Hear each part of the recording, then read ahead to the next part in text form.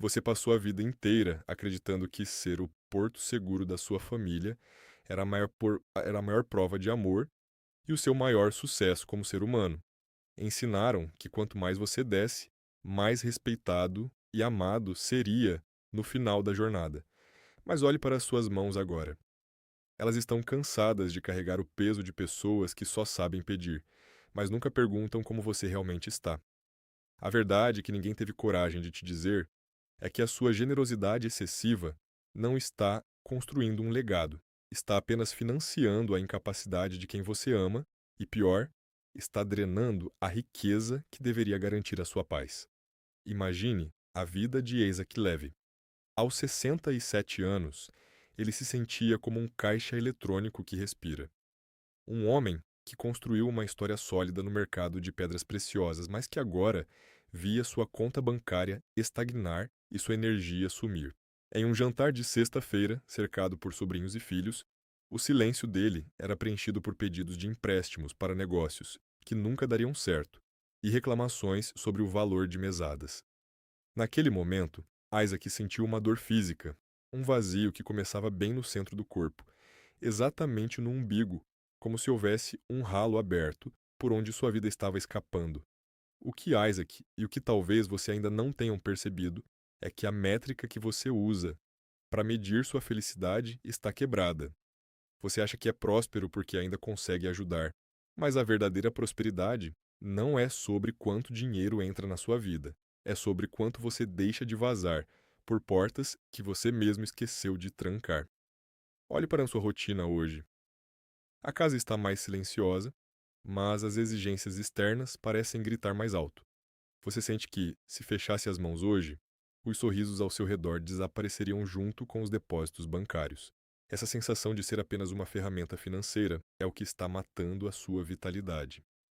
Existe uma razão pela qual os homens mais ricos e sábios de linhagens ancestrais nunca fechavam um negócio importante sem antes protegerem o centro exato do seu corpo.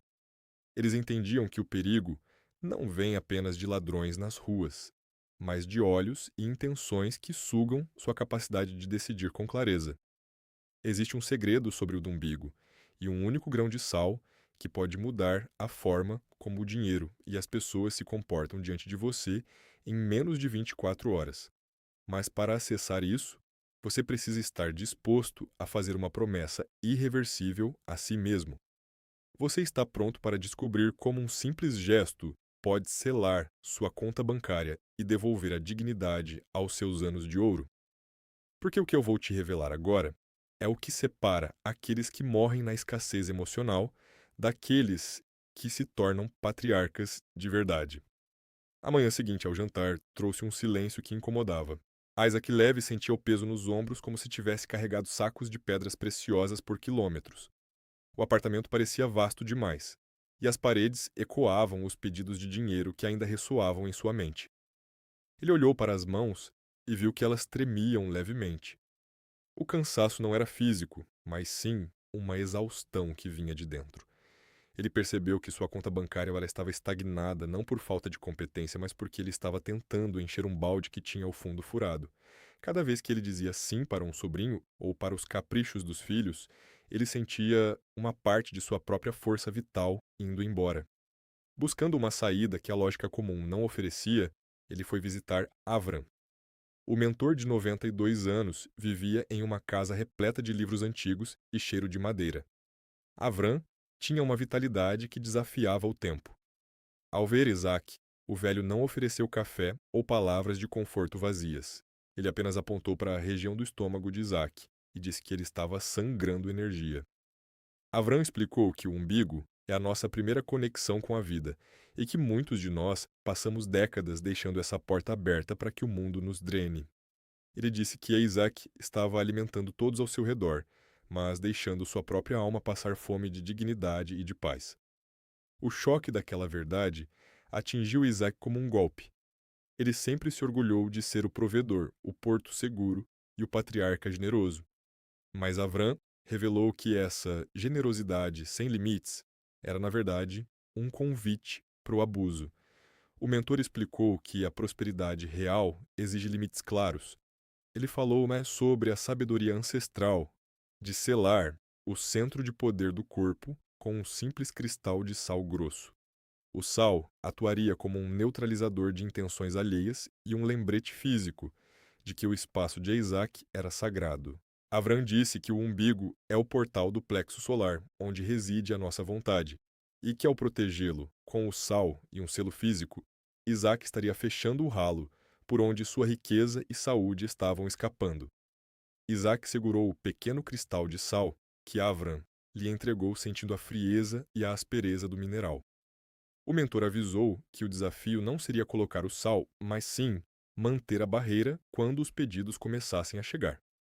Ele disse que o mundo não gosta quando um doador decide se proteger. Isaac sentiu um misto de medo e esperança.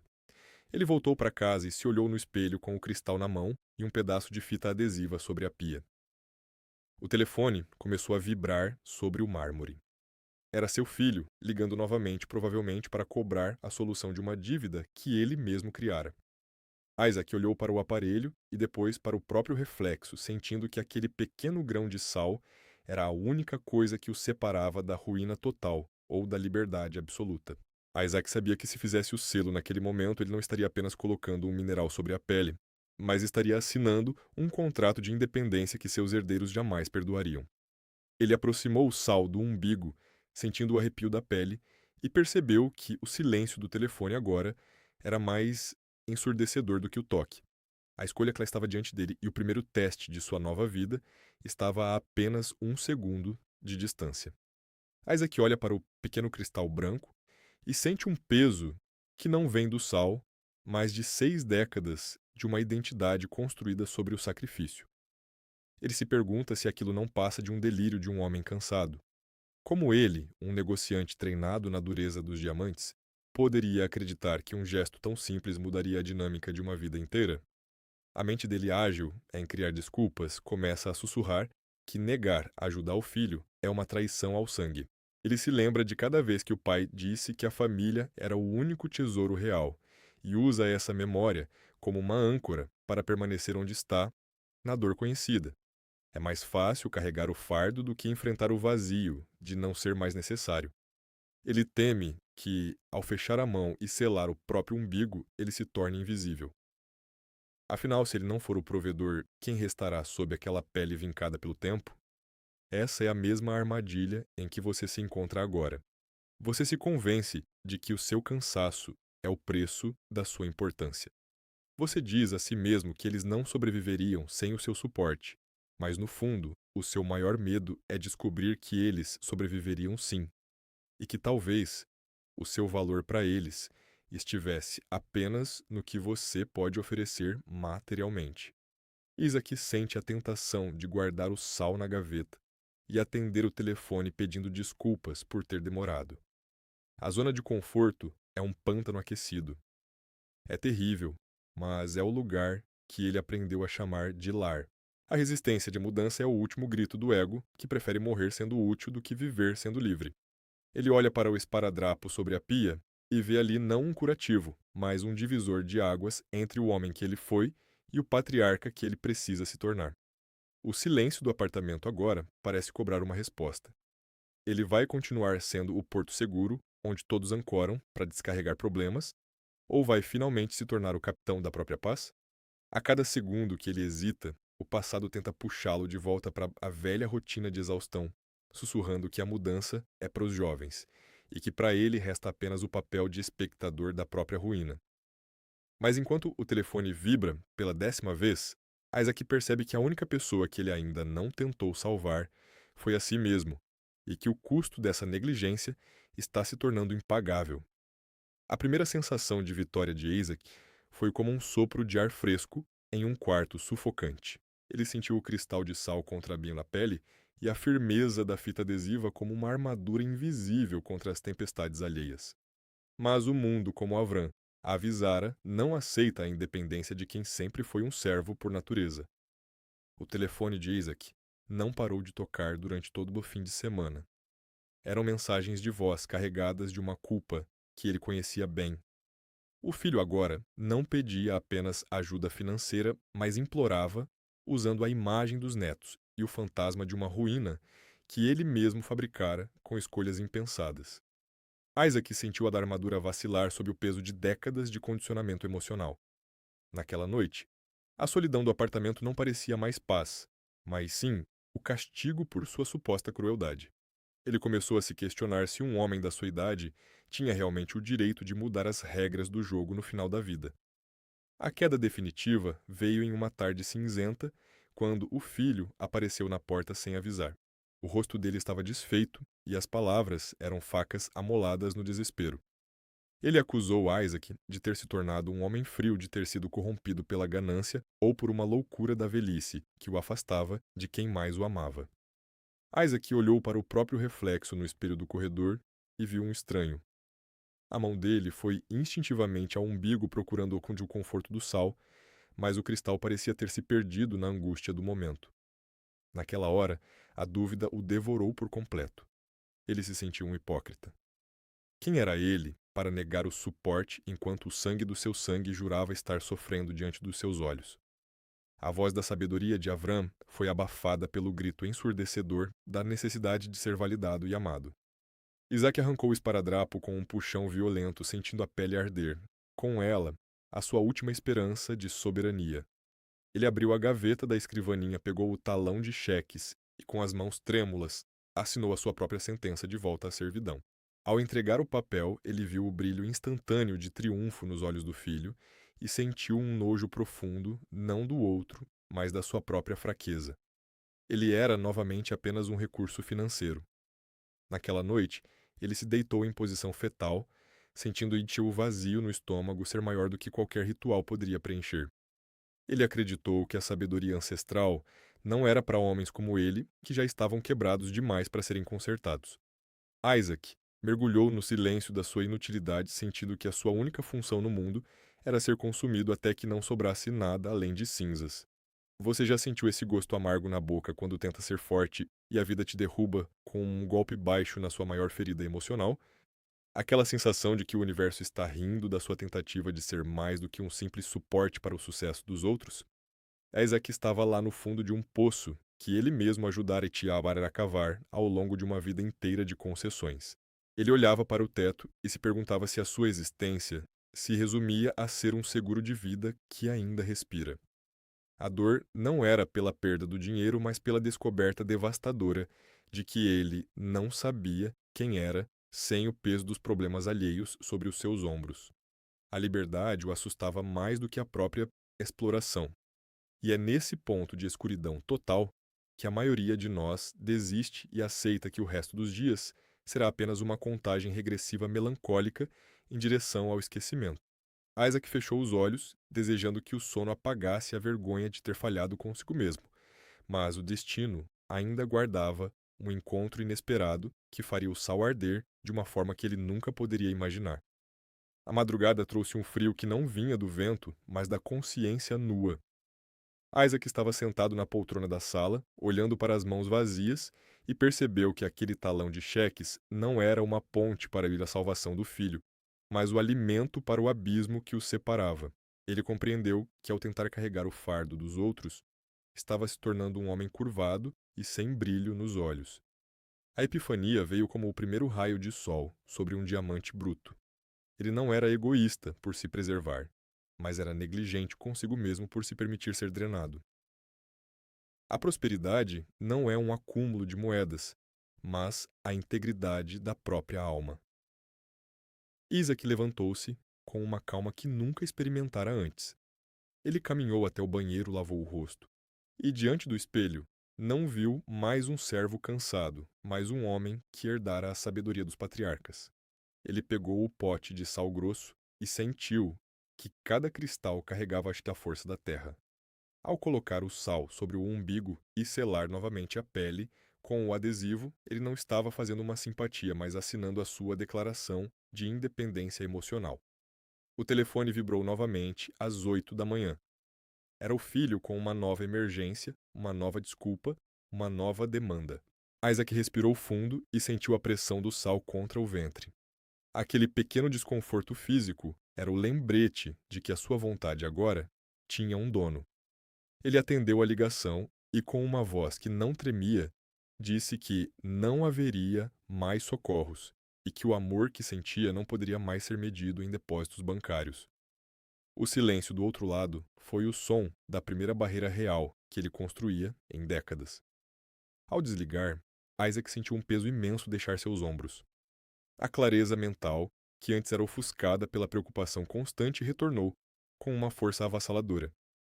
Ele olhou para o jornal sobre a mesa e viu o anúncio de um leilão de ativos imobiliários, que havia ignorado por pura fadiga de decisão.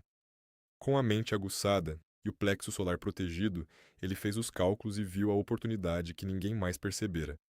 Em 30 dias, o lucro daquele investimento devolveu para sua conta cada centavo que ele havia distribuído por culpa nos últimos 2 anos.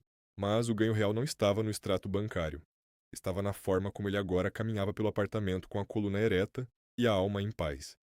Ele entendeu que o sal era apenas o símbolo, mas o selo era amor à sua própria decisão de parar de vazar vida. Você que me ouve agora, talvez sinta que a sua reserva de paciência e de recursos está chegando ao fim. Talvez você tema que, ao fechar a porta, perderá o afeto de quem ama. Mas a verdade é que quem te ama de verdade respeita o seu território, e quem te usa só reclama quando você decide não ser mais usado. Ser um porto seguro não significa permitir que todos naufraguem em você. Significa manter o farol aceso para que cada um aprenda a navegar o próprio barco. Agora, chegamos ao momento da verdade para você. Eu quero que você faça uma promessa irreversível à pessoa mais importante da sua vida, você mesmo. Não aceite mais a ideia de que o seu sacrifício é o único caminho para prestar felicidade alheia. Você é o patriarca ou a matriarca da sua própria história e a sua dignidade não está à venda. Para selar esse aprendizado, eu te convido a realizar um gesto simples, mas de um impacto espiritual profundo. Hoje, antes de dormir, você vai separar um único grão de sal grosso. Amanhã, ao acordar, você vai colocá-lo sobre o seu umbigo e cobrir com uma pequena fita adesiva. Durante o seu dia, cada vez que uma situação tentar roubar a sua paz, ou cada vez que alguém vier até você com um problema que não te pertence, você vai levar a mão ao ventre, sentir o sal e dizer para si mesmo que o que é seu fica com você e o que é do outro volta para o outro. Este pequeno ritual de 24 horas será o início da sua blindagem. E para confirmar que você recebeu este chamado e que está pronto para fechar o ralo da sua vida, eu quero que você escreva nos comentários a frase: Minha paz é o meu maior tesouro. Ao escrever, você estará oficializando diante do mundo que as suas portas de saída estão fechadas para a escassez e abertas apenas para a verdadeira riqueza que vem do equilíbrio e do respeito próprio. A nova rotina de Isaac Levy não se parecia em nada com os dias de exaustão que ele aceitara como destino. Agora, ele acorda com o sol tocando o tapete da sala e o silêncio não é mais um peso, mas sim uma sinfonia de possibilidades. Ele caminha até a cozinha e o café tem um aroma que ele não sentia há anos, porque a sua mente não está mais ocupada tentando resolver os naufrágios financeiros de quem se recusa a remar. Ele olha para o próprio extrato e vê que a sua vida não apenas estancou o sangramento, mas começou a transbordar. Os filhos e parentes que antes o viam como uma fonte inesgotável, agora o tratam com uma reverência que ele nunca obteve através do dinheiro. Eles perceberam que o patriarca recuperou a posse do seu próprio reino e que agora o acesso a ele é um privilégio e não um direito adquirido por conveniência. A lição que Isaac aprendeu e que eu desejo entregar em suas mãos agora é que a sua riqueza mais profunda reside na sua capacidade de se manter inteiro diante do caos. Você não precisa carregar o mundo para provar que aqui é bom. Você só precisa carregar a sua própria verdade. A dignidade que você sente agora ao ouvir estas palavras é o sinal de que a sua alma está pronta para o selo final. Chegou o momento de você sair da posição de espectador da própria vida e assumir o comando do seu próprio destino. Eu quero que você realize este ato simples, mas carregado de uma intenção inabalável. Hoje, antes de repousar sua cabeça no travesseiro, separe um grão de sal grosso. Não é sobre o mineral em si, mas sobre o compromisso que você firma com a sua própria existência. Ao amanhecer, coloque esse grão sobre o seu umbigo e sele-o com um adesivo. Sinta o contato frio do sal com a sua pele como o primeiro tijolo de uma muralha que protegerá a sua paz. Durante o dia, se a tempestade alheia tentar te alcançar, toque o seu ventre e sinta em a firmeza do seu selo. Lembre-se de que a sua energia é sagrada e que você é o único porteiro autorizado deste templo. Para confirmar que você aceitou este desafio e que está selando a sua nova jornada de prosperidade, escreva agora mesmo nos comentários a frase: Minha paz é o meu maior tesouro. Que este gesto seja o seu rito de passagem para uma vida onde o seu sucesso não seja mais o combustível para sentir a incapacidade dos outros, mas o alicerce para a sua própria liberdade.